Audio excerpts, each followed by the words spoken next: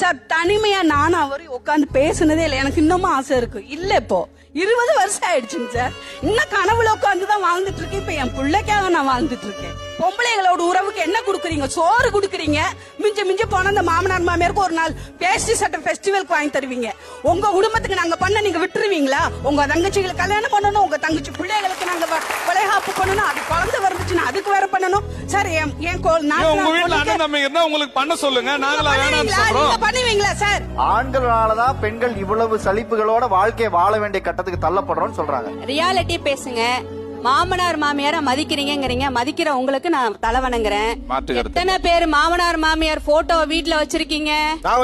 சீனுக்காக சொல்லக்கூடாது. நாங்களாம் 80 கிட்ஸ். கொஞ்சம் யோசிச்சு பாருங்க. இவங்க 12வது படிச்சாங்கிறாங்க, நான் வேற 5வது. எவ்வளவு கனவோட எவ்வளவு நனவோட ஒருத்தனை கல்யாணம் பண்ணிருப்போம். ஒரு பூ வாங்குறதுக்கு அவங்ககிட்ட கேக்குறோம்னா அப்புறம் அவன் என்ன சாரிங்க, அவன் எதுக்கு எங்களுக்கு ஆம்பளையா?